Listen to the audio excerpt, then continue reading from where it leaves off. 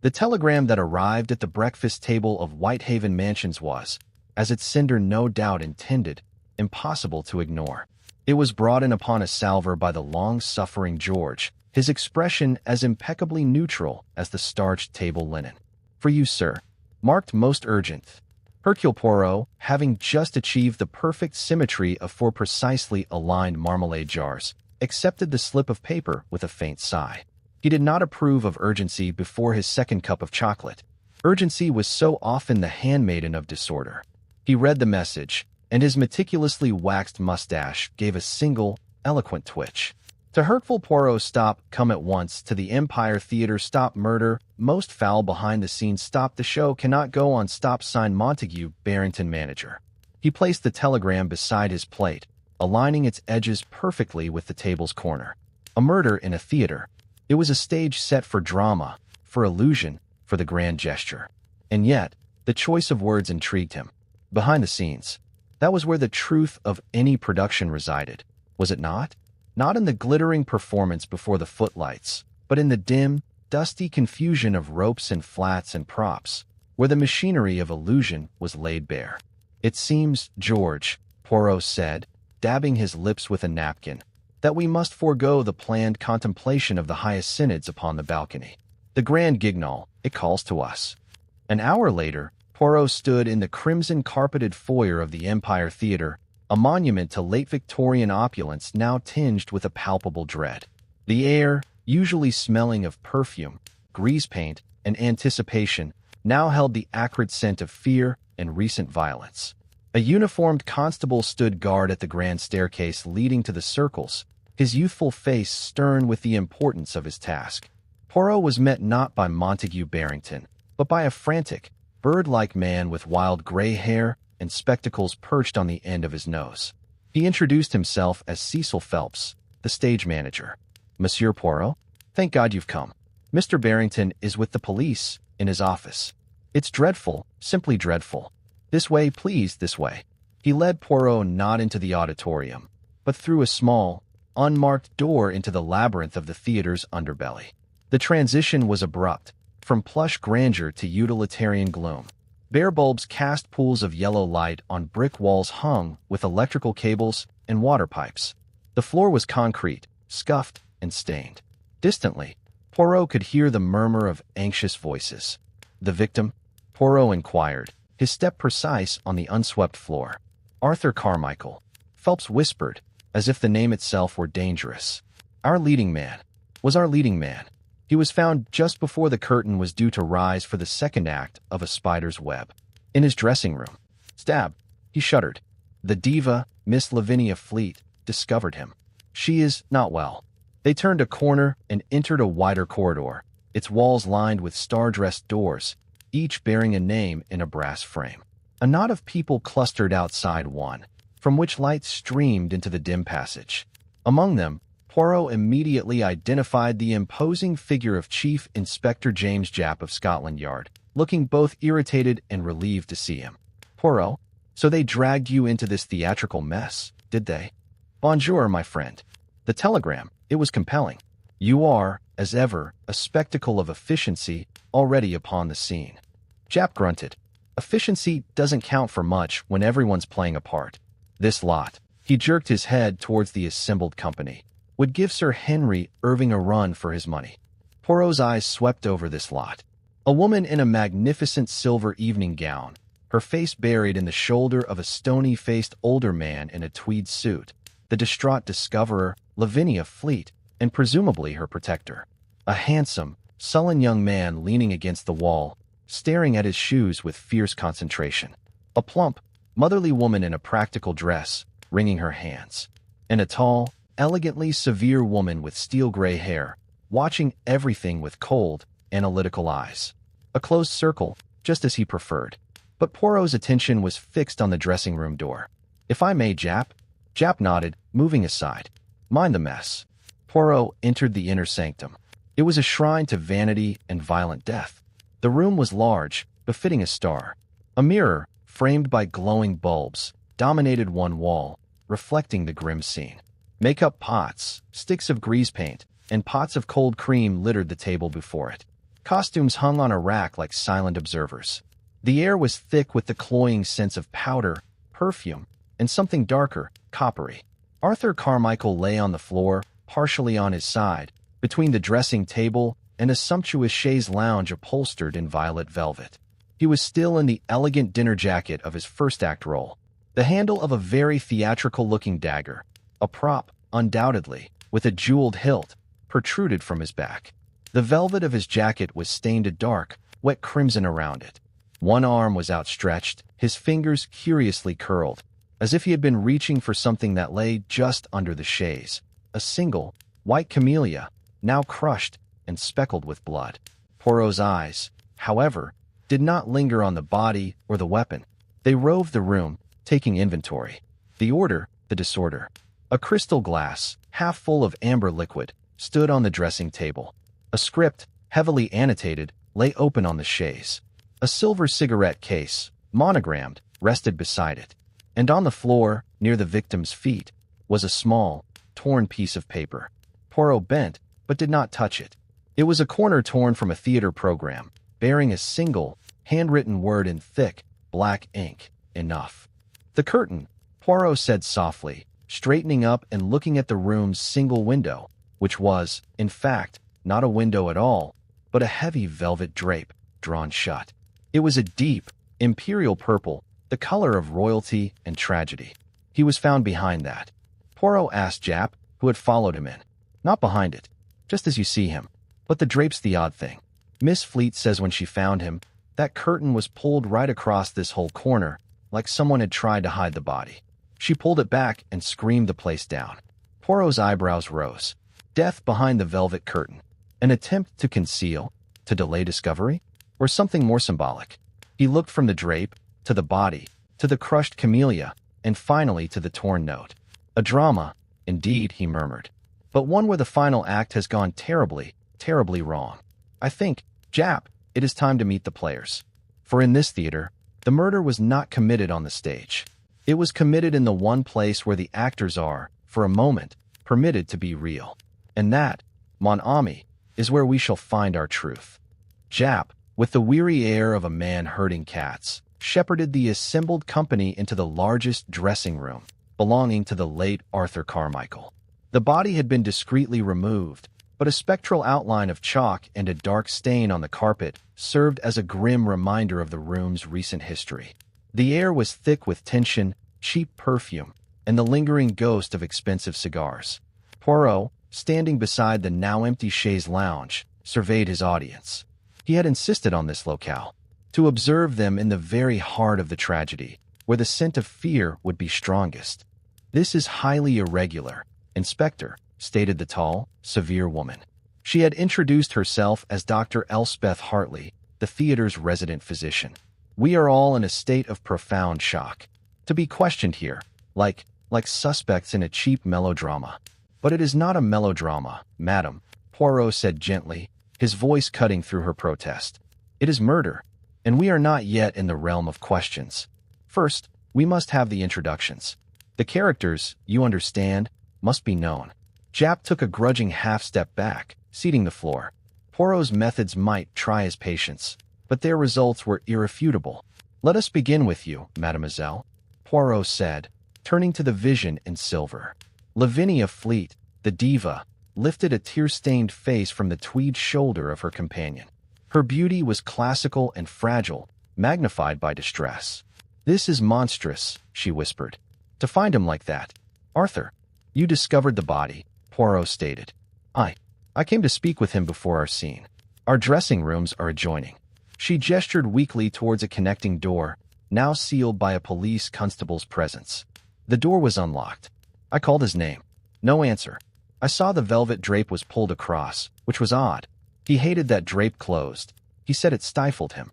A fresh sob caught in her throat. I pulled it back, and there he was. I screamed. The older man in tweed patted her shoulder stiffly. "I am Sir Humphrey Vane," he announced, his voice a baritone of authority. "Miss Fleet's advisor." I heard her scream from the corridor and was the first to reach her. I prevented her from entering the room further. The sight was not for a lady. Poirot's eyes noted the protective, almost possessive hand on Miss Fleet's arm. You are an investor in this production, Sir Humphrey? I am, and a close personal friend of Miss Fleet's family. Poirot's gaze moved to the sullen young man. And you, monsieur? Leo Darrington, he muttered, not meeting Poirot's eye. Understudy. For Arthur. He said the name as if it tasted bitter. His handsome face was pale, his fists clenched at his sides. A man perpetually in the shadow, now standing in a spotlight he never wanted. The plump, motherly woman spoke up before she was addressed, her voice fluttering. I'm Mrs. Agatha Darrow, wardrobe mistress. I've been with the Empire for 30 years. I heard the commotion from the costume bay. This is a house of horrors now. Poor Mr. Carmichael.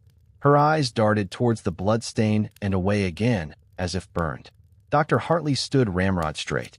My role here is medical. I pronounced Mr. Carmichael dead. The time of death appears to be between 7:25 and 7:40 p.m., just before the curtain for the second act. The weapon is, I believe, a prop from the current production. The stage manager, Cecil Phelps, wrung his hands. It's from Act 3, the villain's dagger. It should have been in the props cabinet. I check everything myself. Finally, the last member of the group stepped forward from the doorway, where he had been hovering. Montague Barrington, the manager who had summoned Poirot, was a man whose elegance was fraying at the seams. His tailcoat was impeccable, but his eyes were wild with financial panic.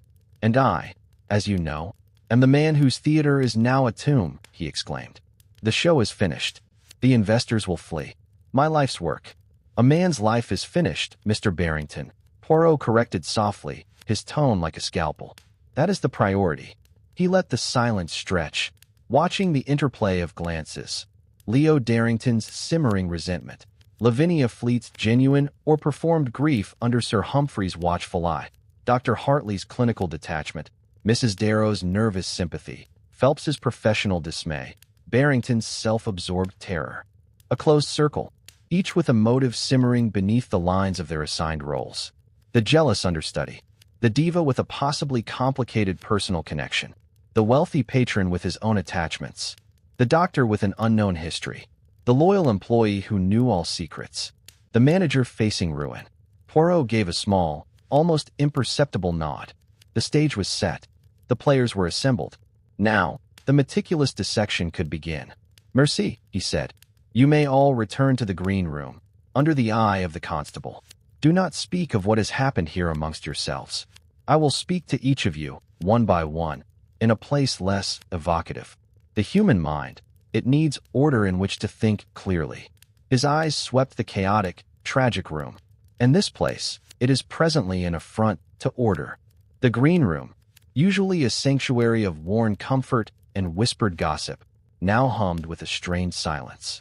The assembled company sat apart from one another, islands of tension in a sea of faded chintz. A constable stood by the door, a solemn sentinel. It was here that Hercule Poirot chose to establish his temporary headquarters. He had requested a small, polished table and 2 chairs be placed in the center of the room. On the table, he arranged a pristine notebook, a sharpened pencil laid parallel to it, and his own perfectly folded gloves. This small oasis of order was his command post. He did not sit, but stood beside it, his hands clasped behind his back, his head tilted as he surveyed the room. His entrance into the investigation proper was a performance of quiet authority. He did not storm or bluster. He insinuated his presence, becoming the new focal point of the anxious energy in the room. The good Chief Inspector Japp, Poirot announced, his voice carrying clearly without being loud. He pursues the physical clues, the fingerprints, the dagger, the timings. This is correct. It is his métier. But Hercule Poirot, he is interested in a different sphere. I am interested in the psychology. He began to pace a slow, deliberate circle around the perimeter of the room, not looking at the suspects directly, yet making each one feel the weight of his attention. Murder, it is not a mere physical act. It is a culmination, a bursting forth of passions that have been, how do you say, simmering on a low flame. Envy, greed, fear, love, hatred. These are the fuels. The weapon, it is only the tool. He paused near the mantelpiece, adjusting a crooked porcelain shepherdess a quarter-inch to the left. In a theater, you are all experts in portraying passions. You show them to the audience in grand gestures and eloquent speeches. But the real passions, The ones that lead to a dagger in the back, these are hidden. They are practiced in the dressing room mirror or whispered in the wings. They are private. He turned, his eyes now sweeping over them. Lavinia Fleet sat perfectly still, a handkerchief pressed to her lips. Sir Humphrey Vane watched Poirot like a chess opponent. Leo Darrington stared into the cold fireplace, his jaw tight. "My task," Poirot continued, resuming his stroll, "is to see behind your performances, to discern the truth of your relationships with the late Mr. Carmichael. It is not a pleasant process. It will feel intrusive. But murder is the ultimate intrusion, is it not? It has intruded upon this man's life and ended it. So we must all tolerate a little discomfort." He arrived back at his small table. With a fastidious motion, he pulled out a chair and sat, placing his hands flat on the table. The pose was both relaxed and utterly controlled. "I will speak to each of you in turn. I will ask questions. Some will seem trivial. What did you eat for lunch? Do you prefer the window open or closed? Others will be more direct. The important thing is to speak the truth. For the lies, they are like knots in a piece of silk. To the casual eye, they may be hidden. But to the touch, he rubbed his thumb and forefinger together.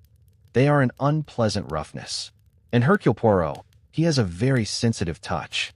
He opened his notebook to a fresh page. The sound was crisp in the quiet room. "We shall begin," he said, his voice now soft and conversational, yet piercing, "with the person who perhaps knew the public Arthur Carmichael best, and yet, maybe, the private man least. The one whose professional life was most directly entangled with his." He lifted his gaze. "Mr. Leo Darrington, if you please. The rest of you will wait. And please, do not confer. Your own thoughts, they are what I wish to examine, not a collective story concocted in fear." Darrington rose slowly, a flush of anger or anxiety coloring his neck. He walked to the empty chair and sat, his posture defiant. Poirot gave a small, polite smile that did not reach his eyes. "Now, mon cher Monsieur Darrington, let us talk about the agony of being the understudy. Tell me, what did you really think of Arthur Carmichael?" Leo Darrington's defiance was a brittle shell. Under Poirot's patient, unblinking gaze, it began to crack. He shifted in the hard chair, his eyes darting from Poirot's face to the notebook, where the detective had written nothing at all. "What did I think of him?" Darrington echoed, a bitter laugh escaping. "He was a star. The great Arthur Carmichael. Charming the patrons, mesmerizing the crowds. He could recite a shopping list and make it sound like Shakespeare. And as a colleague," Poirot prompted, his tone neutral. "He was polite, distant. He knew I was there, waiting in the wings. Literally. He'd give me a nod, sometimes advice that was more condescending than helpful. Project more, dear boy.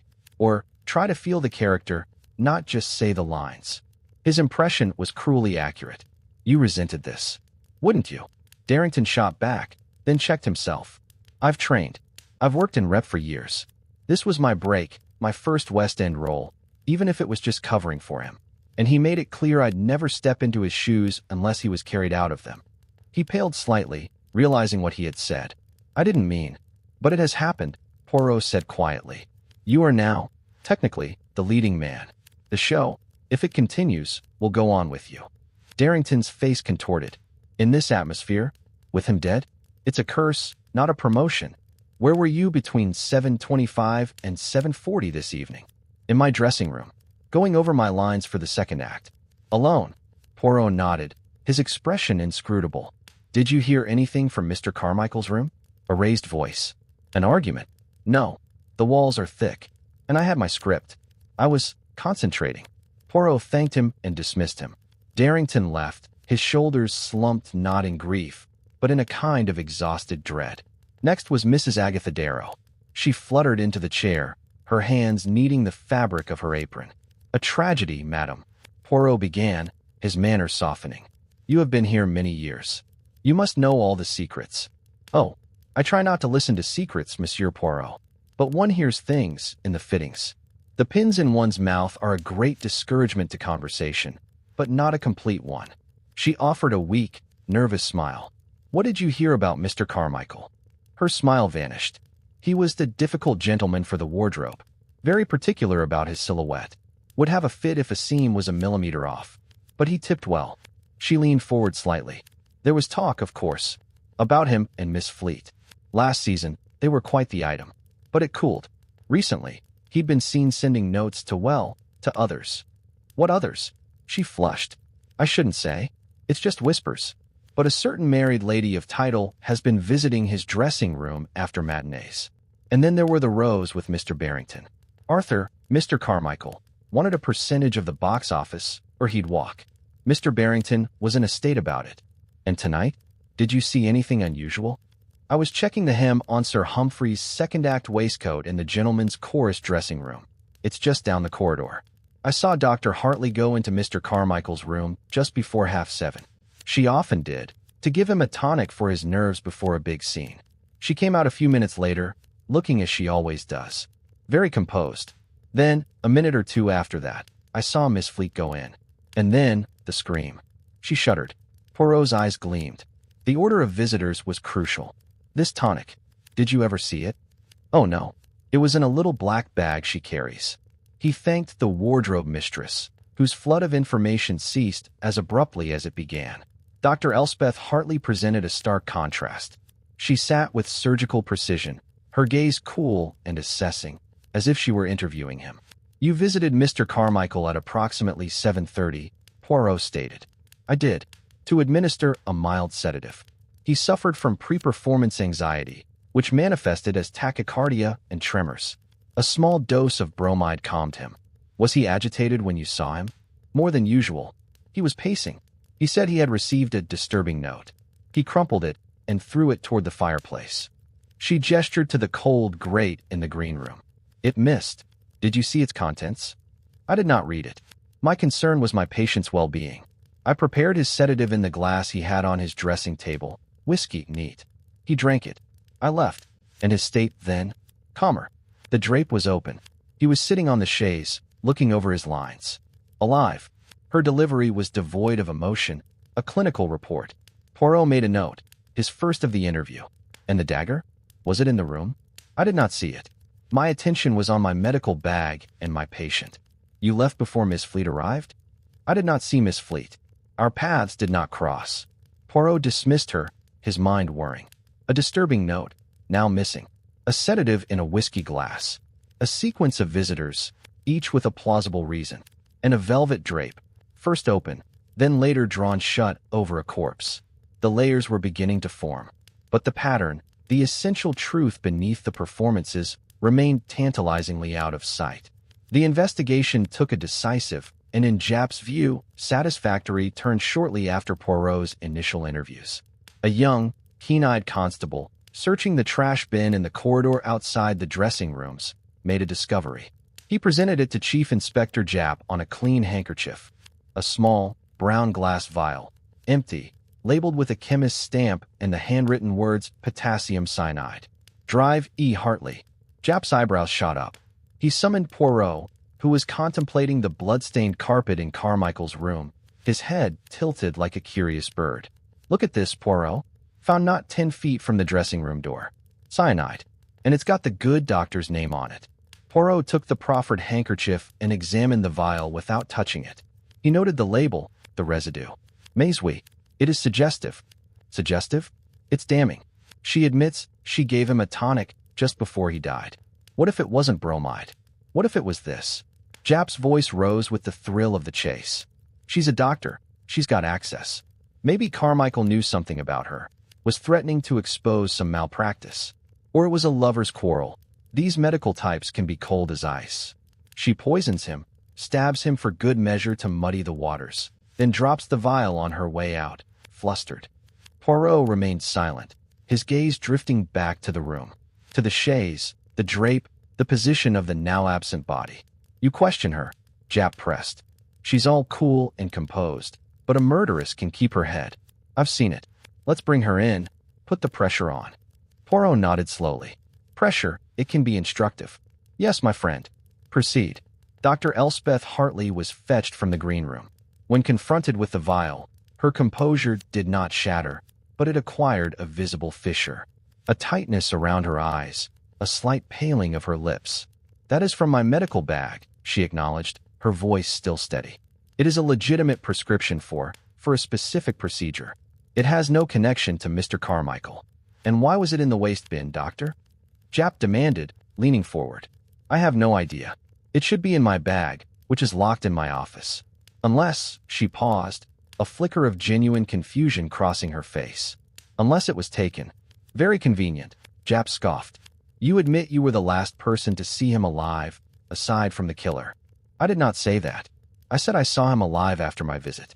Miss Fleet saw him dead. But you had the opportunity. And the means. Japp tapped the vial on the handkerchief. Now, why don't you tell us the real reason for your visit? Was he threatening you? Was there something unprofessional in your relationship? The doctor's spine straightened even further, her dignity a suit of armor. My relationship with Mr. Carmichael was strictly professional. Any suggestion otherwise is vile. I administered a sedative. That is all. A sedative you can't prove, from a bottle you can't account for. Japp's tone was triumphant. He turned to Poirot. It fits, doesn't it? She has the knowledge, she was on the scene, and now we have this. He gestured to the vial. All eyes turned to Poirot. Dr. Hartley's, filled with a cold, defensive fury. Japp's, bright with certainty. The other suspects, hovering in the doorway, watched with a mixture of shock and relief. The spotlight had shifted decisively. Poirot smoothed his mustache. He looked from the angry doctor to the satisfied inspector, and then his eyes traveled slowly around the dressing room once more. The open connecting door to Lavinia Fleet's room, the heavy velvet drape, the empty space where the body had lain. It fits, Chief Inspector, Poirot said at last, his voice quiet. Yes, many of the facts. They slot into place around Dr. Hartley with a neatness that is almost artistic. Japp beamed. Poirot continued. But it is the almost. You see, that is the problem. It is a little too neat. Like a stage set where all the furniture is nailed down. In life, and especially in murder, there is always a piece that is out of true. A roughness. He turned his piercing gaze upon Japp. I regret, my friend, but I do not believe Dr. Hartley is our murderer. A stunned silence fell. Japp's face darkened. Not believe? On what grounds? On the grounds of psychology, and of one or two small, physical anomalies that do not harmonize with the story of the cool, calculating poisoner. Poirot's eyes now held a distant, calculating light. No, the vial, it is a plant. A deliberate piece of misdirection. The real murderer is still here, watching and feeling, at this moment, a most profound and treacherous sense of relief. Japp, frustrated but long accustomed to Poirot's circuitous methods, grudgingly released Dr. Hartley from immediate custody, though her status remained perilously suspect. The atmosphere in the theater grew heavier, a swamp of suspicion and unspoken accusations. Poirot, however, seemed to relax. He requested a pot of tisane from a bewildered stagehand and took a deliberate stroll around the empty, shadowy auditorium. He stood for a long time in the exact center of the stage, looking out at the sea of empty, red velvet seats. Then he descended and began a slow, meticulous circuit of the orchestra stalls, occasionally pausing to run a finger along a ledge or peer at the floor. To the watching Japp, it seemed like eccentric dithering. What are you looking for, Poirot? The murder didn't happen out here. I am acquainting myself with the geography of illusion, Japp. One must understand the whole theater to comprehend the crime in its dressing room. His eyes were sharp, missing nothing. He stopped beside a plush seat in the third row. With a careful hand, he reached down and extracted a small, white object caught between the seat and its armrest. It was a fresh, barely wilted camellia, identical to the one found crushed under Carmichael's chaise. He held it to his nose, then placed it neatly in his pocket without a word. His next move was to visit the props cabinet, a large, locked room overseen by a frantic Cecil Phelps. The dagger's twin was still in its place, a fact Phelps verified with trembling relief. Poirot asked not about the dagger, but about the flowers used in Act 2. Camellias, Monsieur Poirot. A whole basket of them, for the garden party scene. They're kept in the cold storage to keep them fresh. Anyone could have taken one or two. Merci, Monsieur Phelps. The information was filed away. Poirot's psychological game began in earnest upon his return to the green room. He did not resume formal interviews. Instead, he engaged in seemingly casual, yet barbed, conversations. He approached Lavinia Fleet, who was sipping brandy provided by Sir Humphrey. Mademoiselle, your scream, it was heard by many. A terrible shock. Tell me, when you pulled back the drape, was the room very dark? She looked up, her eyes wide. And no, the lights around his mirror were on. I could see everything. And the connecting door between your room and his. Poirot gestured vaguely. It was open when you found him? Or closed? I think it was open. Yes, slightly ajar. I often left it open so we could confer on lines. Of course. Poirot's nod was sympathetic. A professional necessity. And the glass on his table, was it empty? She frowned, trying to remember. I didn't really see. My eyes were on him. Naturally. A distressing detail to overlook. He gave a small bow and moved on. He found Leo Darrington pretending to read a newspaper. Monsieur Darrington, you spoke of concentrating on your lines. A commendable discipline. The scene you were studying, it is the one with the letter non? A tense moment. Darrington lowered the paper. Yes, the confrontation in the library. A scene where the truth begins to emerge from behind lies. Very pertinent. Poirot let the comment hang, watching the young man's knuckles whiten on the newsprint. Tell me, does your character in that scene move the curtain?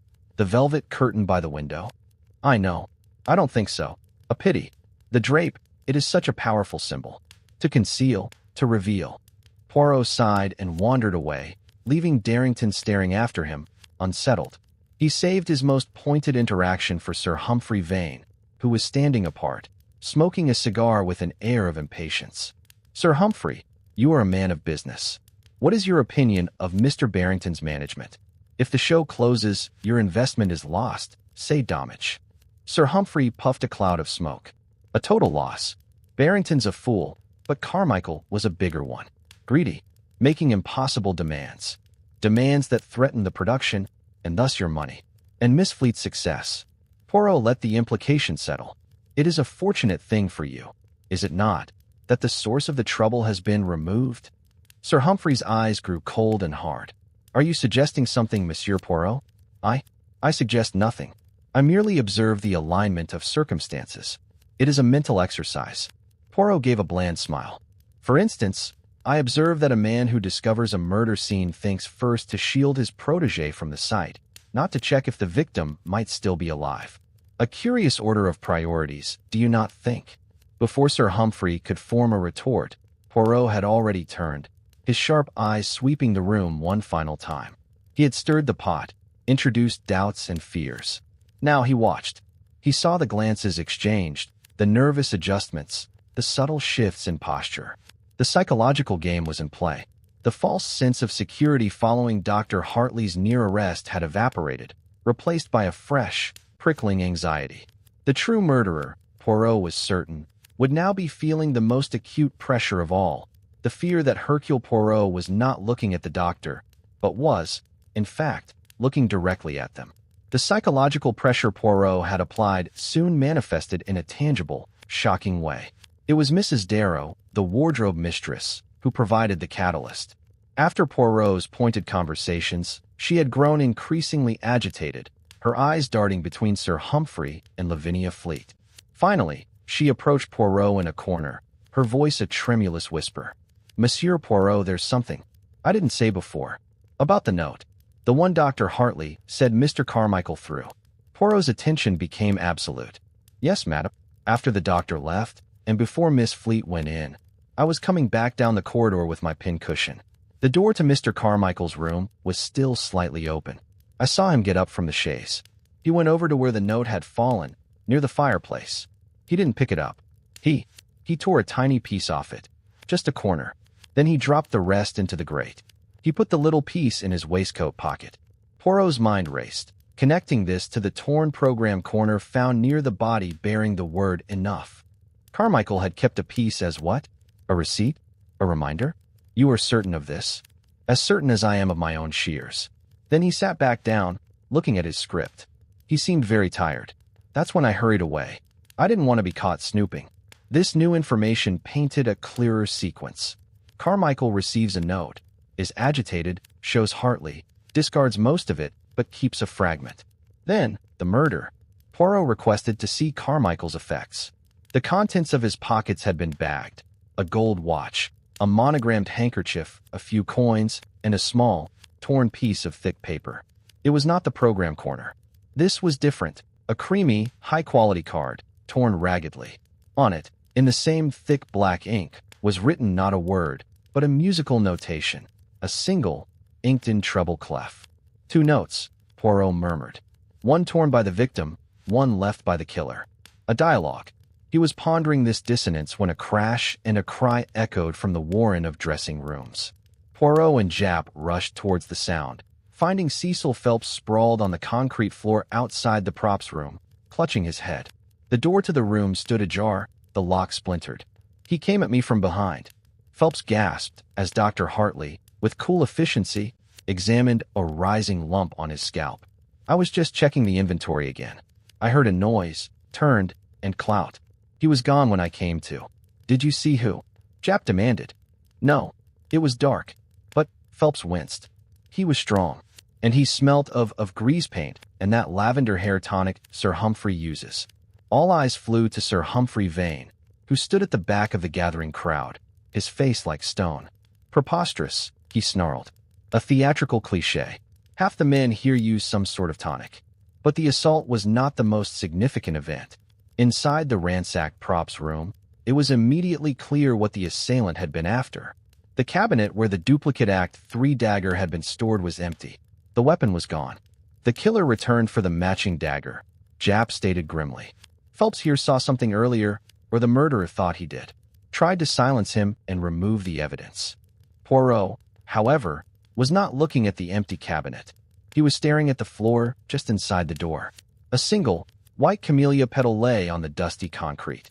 Or, Poirot said softly, his eyes gleaming, it is not the evidence that was removed, but a potential inconsistency that was eliminated.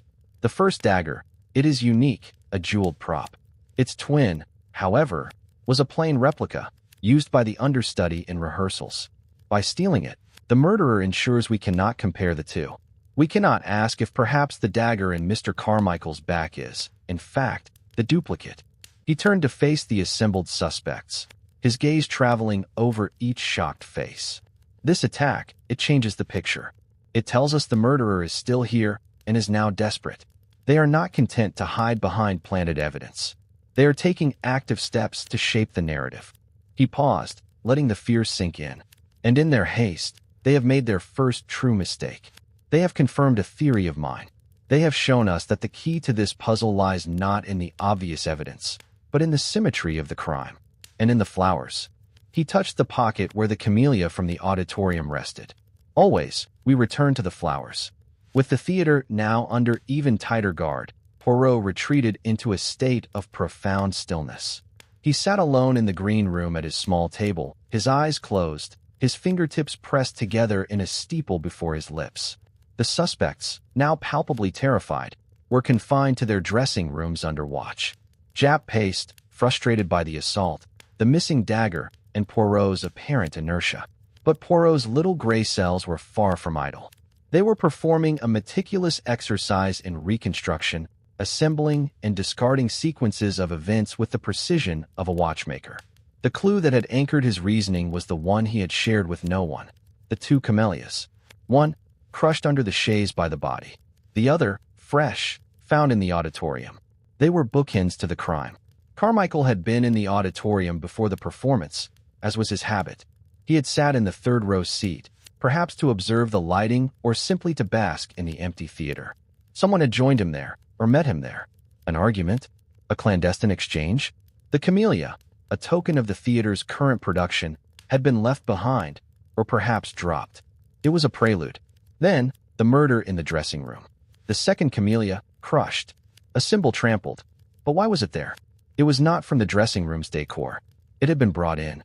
His mind replayed Mrs. Darrow's testimony. He tore a tiny piece off it. Just a corner. Then he dropped the rest into the grate. He put the little piece in his waistcoat pocket. Poirot's eyes snapped open. He stood abruptly and marched back to the death scene, Jap at his heels. He ignored the chalk outline and went straight to the cold, empty fireplace. Kneeling with a slight fastidious groan, he peered into the grate. A small pile of ash and one unburnt scrap of paper. Using a tweezers from his own pocket, he was, as ever, prepared for disorder. He extracted it. It was a larger piece of the same creamy card as the treble clef fragment, its edges charred. On it, in the same black ink, were not words, but 2 lines of music. A phrase from a popular romantic ballad of the day. "It is not a threat," Poirot murmured, rising. "It is an assignation. A love note, using the language of the theater, music." He tore off the piece with the clef, the symbol of the melody, and kept it. The rest, the specific tune, he tried to burn. But the fire was not lit. He was interrupted, or too weary. "And the enough note?" Japp asked, confused. "That," said Poirot, his voice gaining certainty, "is the red herring. The theatrical touch. A dramatic, angry word left by the body to suggest a crime of passion or a final warning. But it is written on cheap program paper, not fine card. It is a performance for the police." He moved to the heavy velvet drape, running his hand over the thick fabric. "And this? Why draw the drape over the body? To delay discovery, yes. But also, perhaps, to perform a final act." Miss Fleet stated she pulled it back. But what if, when she entered, it was not drawn fully? What if she, in her shock, pulled it the rest of the way, and in doing so, knocked the camellia from where it had been placed? Not under the chaise, but on it. He reconstructed the scene in his mind's eye. The murderer leaves. The drape is partially drawn. The camellia rests on the chaise cushion. Lavinia Fleet enters, sees the horror, stumbles back, grabs the drape for support, pulling it fully across the corner and sweeping the flower to the floor where it is crushed. This meant the camellia was a signature. A deliberate, symbolic gesture left by the killer. The same signature as the one left in the auditorium seat. And then there was the sedative. Dr. Hartley was adamant she had given bromide. If it was cyanide, death would have been almost instantaneous, convulsive. Not consistent with a man sitting calmly on a chaise, then being stabbed. The poison vial was a plant, but a clever one, using a real substance from the doctor's bag to create credible evidence.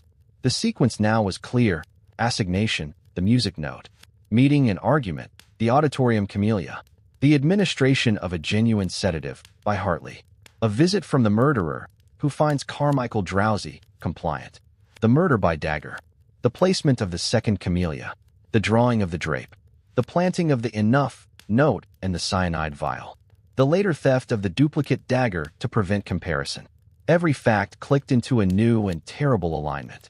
Poirot knew the identity of the murderer. He knew the motive, hidden beneath layers of theatrical pretense and carefully constructed alibis. He knew why the flowers were key. All that remained was to present the logic, to make the final, damning connections in the full glare of the lights. The psychological truth was now as solid to him as the dagger in the victim's back. An hour later, the summons went out. Poirot requested the presence of all principal suspects in the auditorium. Not in the green room or a dressing room, but on the stage itself. The working lights were turned up, bathing the set, an elegant drawing room, in a harsh, unforgiving glare. The red velvet seats of the stalls loomed like a silent, expectant jury. They filed in, a motley procession of anxiety and resentment. Lavinia Fleet, leaning on Sir Humphrey's arm, her face pale under a layer of powder. Leo Darrington, scowling. Dr. Hartley, her composure a mask of frost. Cecil Phelps, nursing his head. Montague Barrington, wringing his hands. Mrs. Darrow, twisting her apron. Japp and 2 uniformed officers stood in the wings, watchful. Poirot stood center stage, a small, precise figure before the grand backdrop. On a small table beside him, he had arranged several objects covered with a cloth. "Mesdames et messieurs," he began, his voice carrying clearly in the vast space. "I thank you for your patience. We have arrived at the final act. Unlike the play you are rehearsing, this drama will not have a twist in its final scene. It will have only the inexorable logic of truth. Please be seated." He gestured to a row of chairs that had been placed facing him.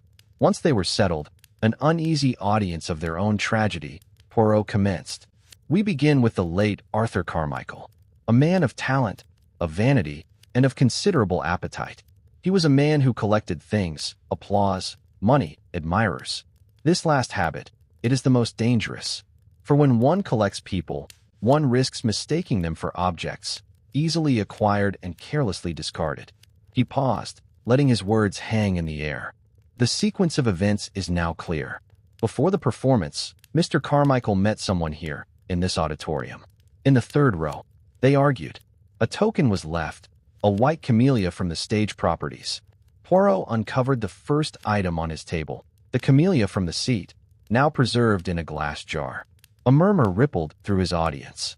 Later, in his dressing room, he received a note, not a threat, but a romantic assignation, written on fine card in the form of a musical phrase. He revealed the charred scrap with the musical lines. He was agitated, but intrigued. He tore off a corner, the treble clef, the symbol of the melody, and kept it as a souvenir. He tried to burn the rest. Then, Dr. Hartley arrived. She gave him a sedative, as was her custom. A genuine sedative. He drank it and grew calm. Drowsy. She left. He was alive, seated on his chaise. Minutes later, his murderer entered. The person with whom he had argued in the auditorium. The person who had sent the musical note. They spoke. Perhaps he was arrogant, perhaps dismissive, perhaps he made a final, fatal demand. The sedative made him less vigilant. The murderer took the jeweled dagger, not from the props room, but from where it had been left in the dressing room, perhaps as a gift or a theatrical memento earlier in the day. And they struck. Poirot's eyes swept over the row of faces, now taut with suspense. The murder done, the killer performed 3 actions. First, they placed a second white camellia upon the chaise beside the body, a deliberate, symbolic gesture linking this death to the earlier argument. Second, they partially drew the heavy velvet drape across the corner, both to obscure the body and to set the stage for its discovery. Third, they planted 2 pieces of false evidence, a crudely written note on program paper saying "enough," and a vial of cyanide stolen from Dr. Hartley's bag to point the finger at her. He uncovered the vial and the torn program corner, now in separate evidence bags. Later, when the investigation turned from the doctor, the murderer grew desperate. They needed to ensure the murder weapon could not be compared to its duplicate, which might have revealed telltale differences. A scratch, a wear pattern proving it was the specific dagger from Carmichael's room, not the general props cabinet. So they assaulted Mr. Phelps and stole the duplicate, creating more confusion. Poirot placed his hands behind his back and took a single step forward, his gaze becoming a lance. So, who fits this portrait?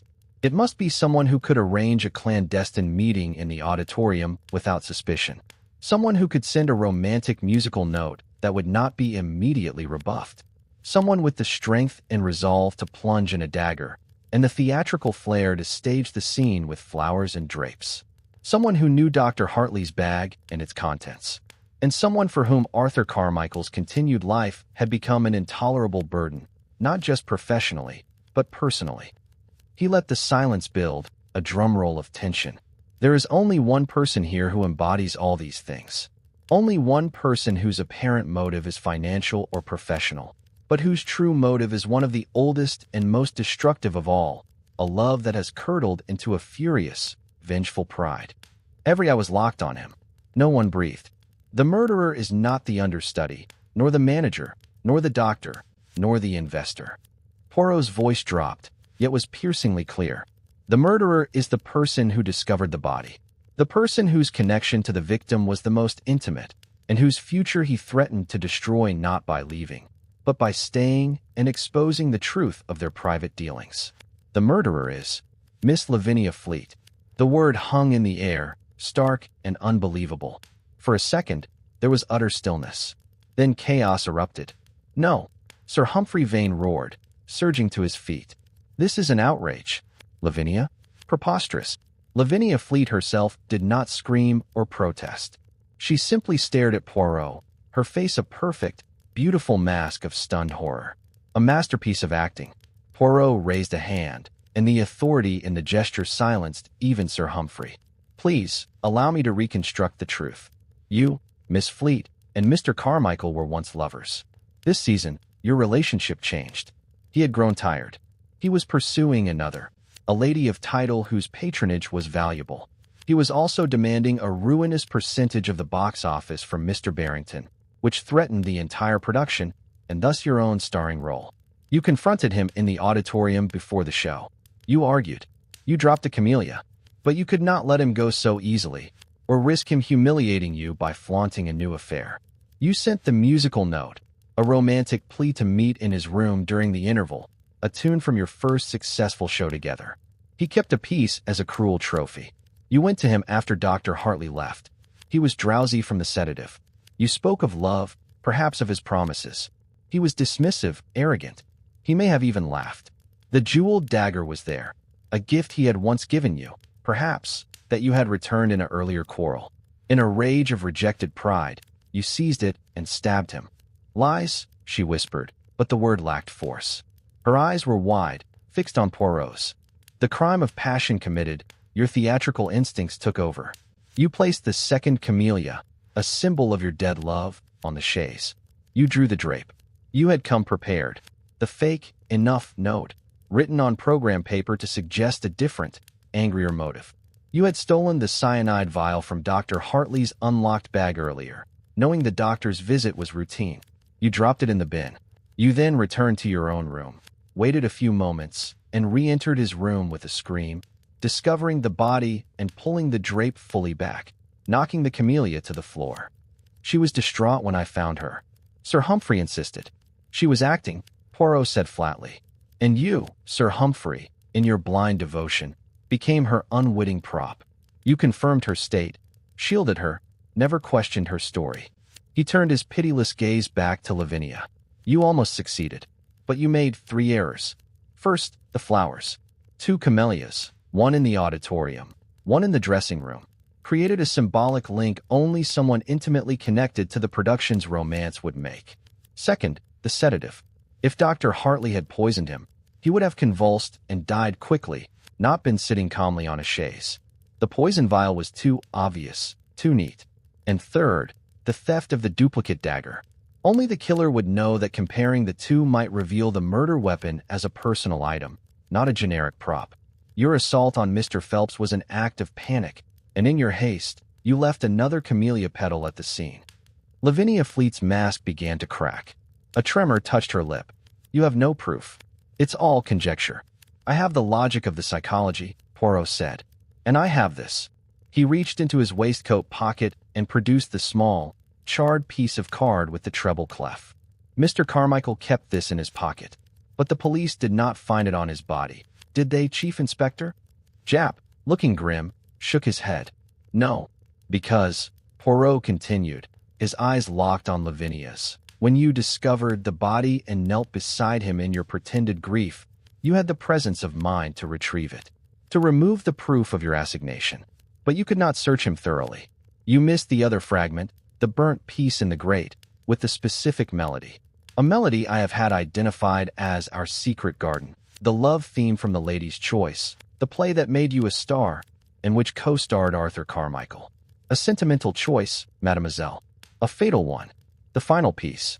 Lavinia Fleet did not crumble. She seemed to deflate, the vitality draining from her as if a plug had been pulled. The glorious diva vanished, leaving a tired, bitter woman in a silver gown. She said nothing. She simply looked at her hands, as if seeing the blood there for the first time. Well, Jap demanded, stepping forward. She gave a tiny, almost imperceptible nod. It was enough. Lavinia Fleet was led away, not in hysterics, but in a silent, dignified shame that was more terrible than any outburst. Sir Humphrey Vane, his face ashen, departed without a word, his world in ruins. The others were released into the shock of the cold London night. The following week, Poirot received a final visit from Chief Inspector Jap in his apartment at Whitehaven Mansions. A clean confession once we pressed her on the music, Jap reported, helping himself to a biscuit. Pride, that was all it was. She couldn't bear him discarding her, making a fool of her. She said, he was going to make our private joke into a public sneer. The man was a cad, but still, murder is an excessive response. Poirot finished, aligning the biscuit tin with the edge of the tray. It is the oldest story, Jap. Love turned to poison in the heart. The theater, it provided the scenery, the props, the grand gestures. But the crime itself was a small, human, and very ugly thing. Jap left, and Poirot stood for a moment on his balcony, looking out over the orderly geometry of the London skyline. He thought of the velvet drape, drawn to hide a sordid truth, and the white camellias, symbols of purity used to adorn a corrupt passion. He sighed, a small, fastidious sound. Order, he murmured to the evening air. It is all that matters. And yet, the human heart, mon ami, is the most disordered thing in all of creation. He turned and went inside, carefully closing the French doors against the chaotic world.